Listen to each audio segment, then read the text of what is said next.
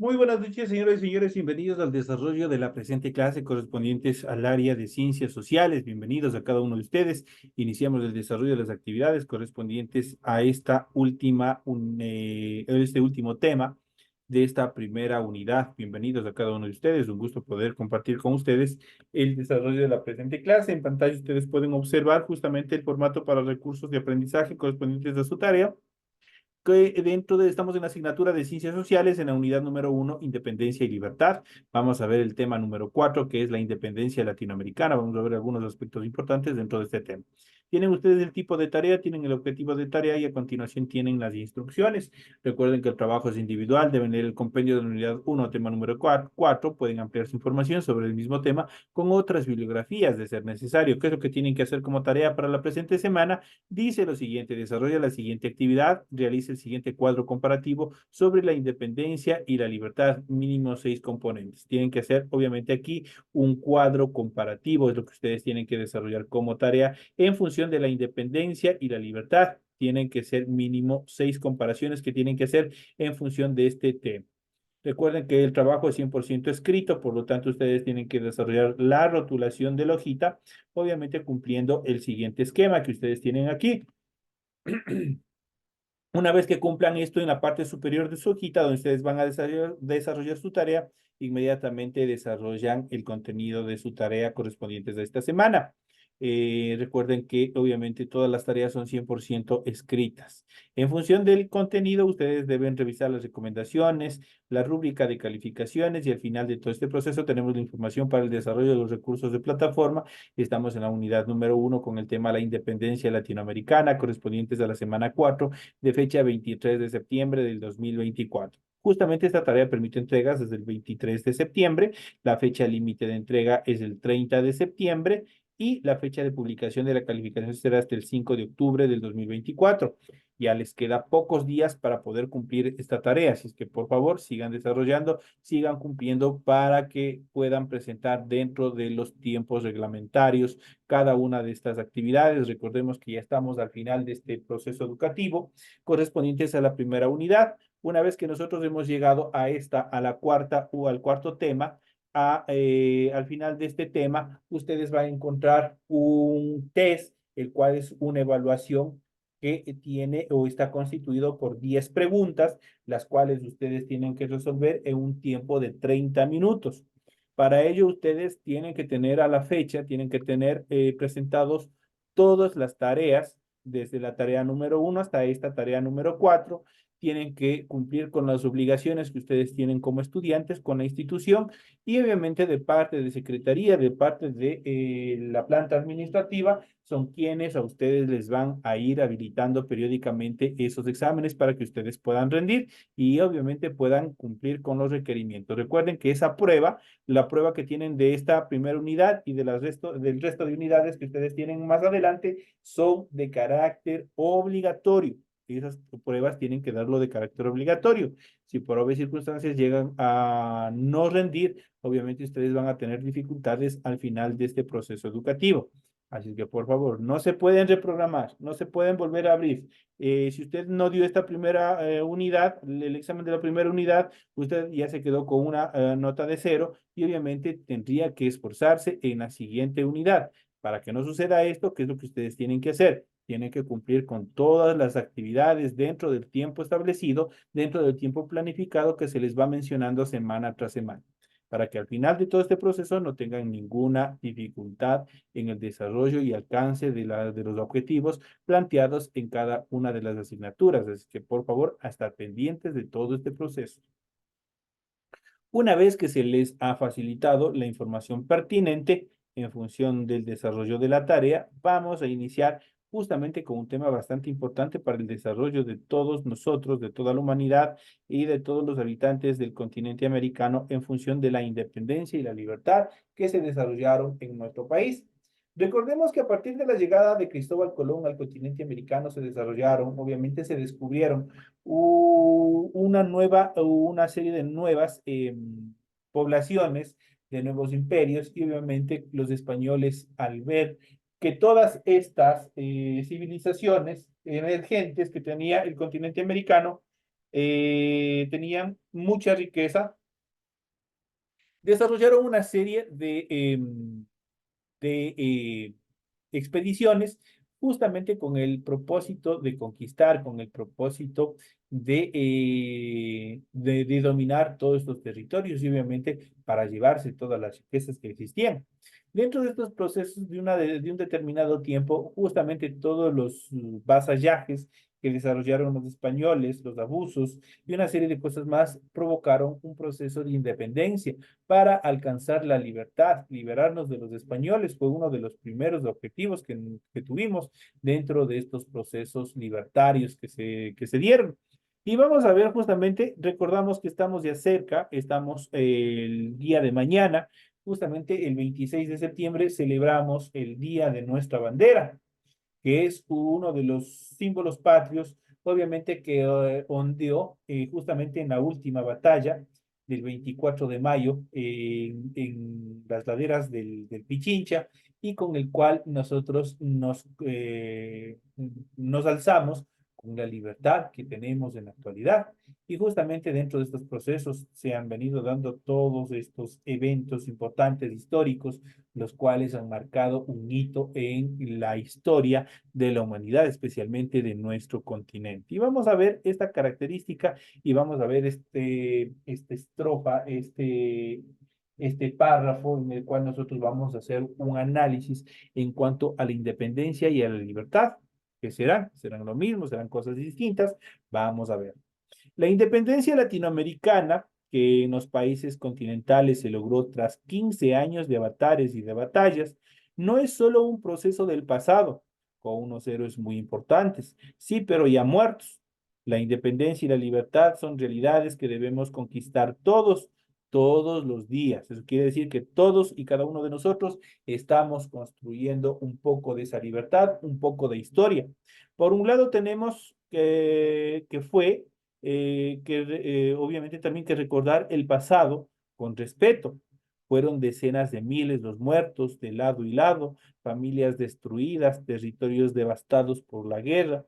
Los próceres de la independencia sabían que corrían riesgos, sin embargo, dieron los pasos que consideraron necesarios para alcanzar este gran objetivo, hasta la entrega de su propia vida, con valentía para entregarnos la independencia que hoy tenemos todas las libertades de independencia que hasta la actualidad nosotros poseemos. Pero esa lucha por la libertad y la justicia aún está inacabada. Se ha obtenido en América no la independencia, sino un armisticio de la guerra que ha de decirla, decía al terminar la contienda Simón Rodríguez, maestro del libertador Simón Bolívar. Con ello quería decir que todavía faltaba mucho para la verdadera libertad. Cierto es que no hay que pedirle a la independencia lo que no buscaba. Ya Bolívar, en su famosa Carta de Jamaica, predice el triunfo en la lucha emprendida de las ideas que le acompañaban. Independencia americana, derechos del hombre, gobierno democrático, equilibrio de los poderes, leyes a favor de la libertad, congresos y también constituciones, pero no dice que todo se obtendría de una sola vez o en un solo golpe. En efecto, el cambio social, la igualdad de todos ante la ley, la equidad, el desarrollo, los derechos humanos, son objetivos que los pueblos latinoamericanos irán buscando y a los que se irán acercando con el pasar del tiempo.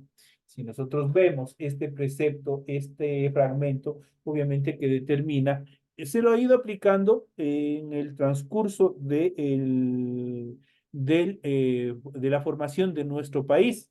Si nosotros vemos prácticamente en 1803, obviamente se crea, nace la República del Ecuador, con una primera constitución todavía con ideas de dominio, pues en sus estructuras, en sus artículos, todavía había una segregación o se contemplaba todavía una segregación a determinados grupos.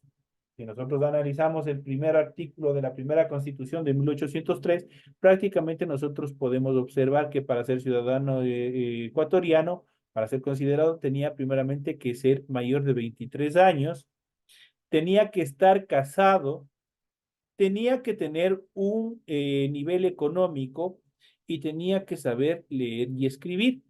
Y sobre todo este último tema de saber leer y escribir, ¿quién a esa época podía leer y escribir? Especialmente los campesinos, especialmente los esclavos, especialmente la mujer. No tenía esos derechos y por lo tanto no era considerado como un ciudadano y por lo tanto era una constitución segregativa. Pero esa constitución no se mantuvo hasta la presente fecha. Nuestra Constitución ha tenido una serie de enmiendas, una serie de transformaciones, una serie de cambios que se ha dado en su estructura política, en su estructura legislativa, y obviamente se ha ido transformando hasta llegar a convertirse en una constitución incluyente, en el cual todos los ciudadanos, por el hecho de haber nacido, obviamente son considerados ciudadanos ecuatorianos. Hay el proceso también de naturalización, que también contempla nuestra Constitución. Entonces, nuestra Constitución es inclusiva en todos los aspectos en cuanto a la determinación. Ha ido cambiando, ha ido modernizándose, ha ido incrementando justamente estos procesos en cuanto a lo que determina la independencia americana, los derechos del hombre, todos los derechos del hombre en aquella época y los derechos humanos que constituyen la actualidad, gobiernos democráticos que son elegidos por cada uno de nosotros, por el pueblo, el equilibrio de los poderes. Recordemos que todo Estado estructural moderno tiene tres tipos de poderes: el poder ejecutivo, representado por el presidente; el poder legislativo, en nuestro caso, representado por la Asamblea; y el poder judicial, representado por los jueces, fiscales y obviamente por la Policía Nacional. Pero también en esta última constitución del 2008 se han incorporado dos poderes más: el Consejo Nacional Electoral y el Consejo de Participación Ciudadana y Control Social. Entonces, nuestra legislación tenemos cinco poderes. Obviamente también leyes a favor de la libertad. Nosotros, nuestra Constitución, al reconocer derechos establecidos en los derechos humanos, también tenemos justamente este proceso de leyes a favor de la libertad de expresión, la libertad de culto, la libertad de educación y otras libertades más que nosotros tenemos. Tenemos congresos, en nuestro caso, nosotros antes teníamos un congreso hasta 1999, después a partir del 2000 obviamente se transformó en asamblea. Y también la Constitución, recordemos que la Constitución es la ley suprema de todo Estado. Sobre la Constitución no existe ninguna otra ley, ningún otro precepto jurídico que pueda contradecir todos los preceptos establecidos en la Constitución. Pero no dice, obviamente, que todos estos procesos hayan de construirse de una sola vez. Y obviamente se fueron construyendo paso a paso. Hubo un proceso de evolución en el cual se fue adaptando y se fueron aplicando todos estos cambios sociales de igualdad ante la ley. Todos somos iguales ante la ley. La ley no dice que el blanco está superior al negro, al indígena, al mestizo, no. Todos somos iguales. Ni que el hombre está superior a la mujer o la mujer superior al hombre, no. La ley dice la igualdad ante todos, la equidad en cuanto a la participación del hombre, de la mujer, de los niños en todos los procesos de interés público, el desarrollo. Todos tenemos el derecho a desarrollarnos intelectualmente, a educarnos y también a desarrollarnos desde el punto de vista económico. Los derechos humanos, todos estos son objetivos que los pueblos latinoamericanos obviamente han ido incorporando a sus constituciones periódicamente. Muchas de las estructuras socioeconómicas coloniales sobrevivieron largo tiempo después de la independencia y solo se superaron por el tenaz esfuerzo de sus pueblos. Pero ello no es razón para minimizar la independencia. Al contrario, debemos valorarla en toda su dimensión, pues fue el primer paso a la conformación de estados nacionales y por ende parte de la lucha por construir la justicia social. Esta justicia social que siempre estamos buscando, que hasta la actualidad siempre estamos a la par buscando que se dé una equidad y una justicia social de todos, que todos sean iguales y que la distribución de las riquezas del Estado también tienen que ser distribuidas a través de programas sociales que busquen el bienestar de cada uno de los ciudadanos. Esta justicia social justamente busca el bienestar a través de un precepto ancestral, como es el buen vivir, que traducido obviamente dentro del idioma quichua, que es uno de los idiomas ancestrales, es el summa causa y el buen vivir. a través de diferentes procesos al que todos debemos aspirar y que también el Estado aspira a aplicar en cada uno de los ciudadanos. La otra lucha inacabada es la de la unidad. A lo largo de estos siglos ha habido amargas experiencias de aislamiento, de división, incluso de guerras, pocas felizmente entre países, justamente por no tener uno de los aspectos fundamentales, no tener bien definidos sus fronteras entre países hermanos. La América independiente y unida que soñó Bolívar no es una realidad a la actualidad, aunque nadie ha renunciado al sueño.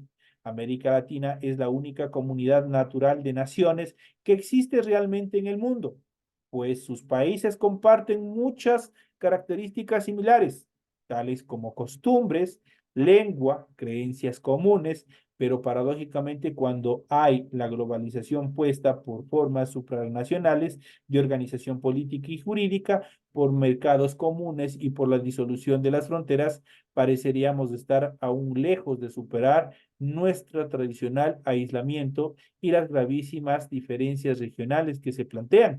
Esto genera obviamente una división y mientras nos encontremos divididos, nosotros no podremos enfrentarnos en un mercado global, en un mercado mundial. Lamentablemente divididos, es difícil de destruir a otros estados que se encuentran obviamente dentro de una sola unidad.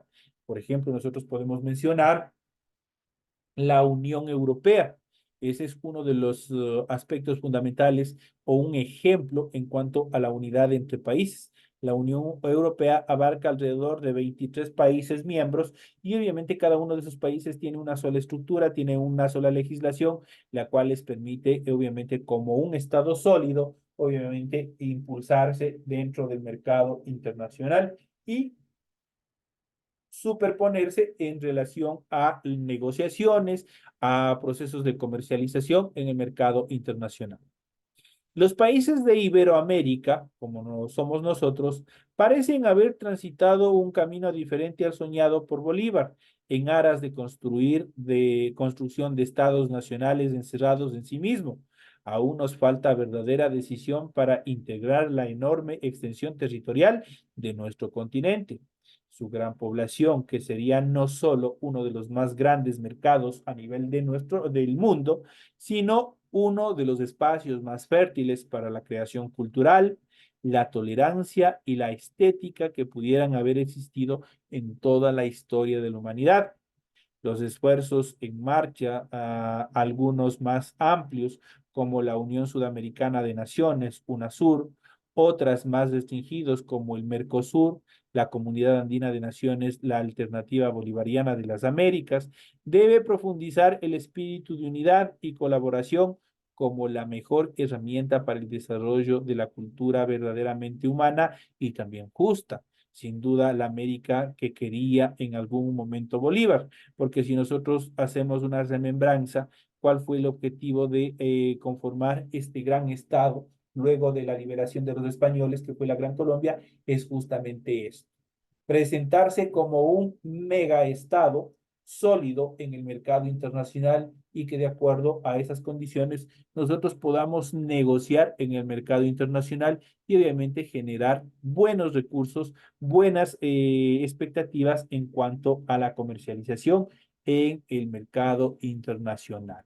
Eso como parte fundamental dentro de la historia y conformación también de determinados grupos que en algún momento también sí ha sido esencial, se han ido formando, pero no es suficiente para obviamente podernos estructurar como en este caso, uno de los más ejemplos de unión que nosotros tenemos a nivel global, que es la Unión Europea, que obviamente hasta la actualidad es la que más eficaz desarrollo ha demostrado.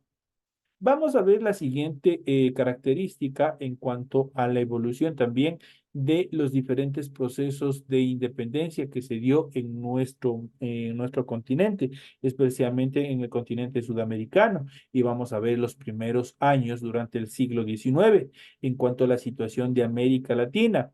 En el conjunto de América Latina encontramos dos grandes espacios. uno bajo el dominio portugués, aproximadamente lo que es el actual Brasil, y otro bajo el dominio español, lo que es Hispanoamérica. El territorio español se dividía en cuatro virreinatos, como fueron Nueva España, Perú, Nueva Granada y Río de la Plata, al frente de los cuales había un virrey y cuatro capitanes generales, como fue dentro de los territorios lo que hoy es Guatemala, Cuba, Venezuela y Chile, al frente de las cuales estaba un capitán general. Junto a ellos, las intendencias para el control de los ingresos reales y el abastecimiento de los ejércitos, las audiencias, el ejercicio de la justicia y los obispados y arzobispados en cuanto a la dimensión religiosa. Todo este entramado administrativo estaba en manos de peninsulares, eso quiere decir en manos de españoles, siendo escasa la presencia de criollos. ¿Quiénes fueron los criollos? Recordemos una vez más. Recordemos que dentro de este proceso, los españoles, unos desarrollaron el proceso de mestizaje. Eso quiere decir que se casaron con indígenas nativas propias del continente latinoamericano. Otros no, vinieron con sus parejas, con sus mujeres, y obviamente ellos procrearon en suelo sudamericano. Cuando regresó el rey Felipe VII, después de todo este proceso de esta guerra, que también se llevó a cabo en territorio europeo, esa propia guerra interna que tuvo España frente a Francia, obviamente en el retorno del rey español se desarrollaron una serie de cambios, una serie de estructuras como son las reformas borbónicas. Dentro de estas reformas borbónicas, prácticamente los hijos de los españoles nacidos en suelo americano, el rey los determinó como una raza inferior, así lo determinó, y por ende los criollos no tenían derecho a estar en puestos estratégicos administrativos como los que acabamos de leer anteriormente, pues de ellos, obviamente, estos puestos solo estaban determinados justamente solo para los españoles puros. Eso quiere decir para los españoles nacidos en suelo español, valga la redundancia. Por lo tanto, los criollos, pese a ser españoles mismos, se sintieron relegados de todo proceso de control y de administración de los territorios latinoamericanos. Es por eso que los criollos son quienes desarrollan todos estos procesos de conformación de ejércitos, de pequeños cuerpos, de pequeñas estructuras de guerrilla, los cuales posteriormente servirían como ejércitos para derrocar definitivamente a los españoles. Entonces sabemos cuáles son los criollos en esta etapa. Los peninsulares eran muy pocos, apenas el 1% de la población, compuesta por blancos el 20%, mestizos el 24%, indios había el 38% y negros el 18%. Recordemos que los negritos llegaron obviamente a nuestro territorio en calidad de esclavos. Sociedad muy heterogénea y en la que la élite social la formaba la población blanca. Los blancos eran quienes controlaban todos los procesos administrativos de toda esta región. Dentro de la población blanca, los peninsulares ocupaban, como hemos dicho, los altos puestos de la administración y los criollos eran los grandes terratenientes. Los mestizos fueron un grupo que no estaba regulado y cuyo papel en la sociedad no estaba definido, convirtiéndose en mano de obra asalariada para el campo y para las nacientes industrias y comercios dentro de este sector. Los indios, mal llamados, obviamente así, los indios en Hispanoamérica conservaron sus tierras por las que tributaban al rey. La legislación les había protegido evitando su conversión en esclavos, eso quiere transformarse en esclavos. Los negros eran una población menor al 10% en Hispanoamérica, siendo más elevada en Brasil. Eran mano de obra esclava, aunque desde mediados del siglo XVIII fue aumentando el número de libertos, eso quiere decir de negros libertados. indios y negros formaban parte de los ejércitos de independencia, tanto del lado de los blancos, de los realistas, del bando de los realistas, como también de la independencia. ¿Por qué sucedió esto? Incluso con los mismos indígenas nativos de aquella época se dio este fenómeno. Recordemos que para la llegada de los españoles, aquí existía un conflicto entre imperios indígenas, entre los incas. Había un proceso ya de rivalidad, justamente por la distribución que se iba a hacer del famoso Tahuantinsuyo. Y por ende estaban determinados pueblos resentidos que no se les había tomado también en cuenta. Y obviamente ellos pensaron, con la llegada de los españoles, que al ponerse del lado de los españoles, ellos de cierta manera se desquitaban de estos pueblos. Dentro de ellos, por ejemplo, dentro de nuestro territorio, los cañaris, el pueblo cañari, fueron uno de los ejércitos indígenas que obviamente lucharon del lado de los españoles, sin pensar que los españoles solo meramente los utilizaban para sus propósitos, para sus fines, de alcanzar a derrotar al resto de población indígena y que posteriormente ellos también serían diezmados y serían reducidos. Pero de esta manera se manejó todo este proceso. Y nosotros vemos en esta última etapa de este fragmento que dice, dentro de la independencia, tanto los negros y los indios estaban conformando ejércitos, tanto de parte de los ejércitos realistas como de parte de los ejércitos libertarios. Entonces había una confusión total, sumado que en aquella época no había carreteras, no había medios de comunicación y obviamente cada quien manejó un proceso de información el cual permitía manipular al 100% a la población. Y de esta manera se buscaba trastocar la verdadera intención de todo proceso de independencia. Económicamente, América Latina producía materias primas con destino a Europa y compraba productos manufacturados, eso quiere decir productos ya elaborados. Todo este comercio debía pasar por España. España era el máximo control, que se beneficiaba de las cargas tributarias que tal comercio generaba. Pero el desarrollo industrial de Inglaterra y Francia convirtieron a América Latina en un enclave necesario para ampliar su mercado y potenciar su desarrollo industrial. La debilidad de la Marina española y de su armada acentuada tras la derrota de Trafalgar conllevaba la incapacidad de España para responder a las crecientes demandas de tráfico marino, a la vez que cada vez más navíos de diferentes naciones decidían comerciar directamente o comercializar directamente sin pasar justamente por España. Esta situación uniría los intereses americanos e ingleses durante la invasión napoleónica a España, lo que les había dicho. Napoleón, de origen francés, obviamente al mando del ejército francés, prácticamente desarrolló un proceso de invasión a España.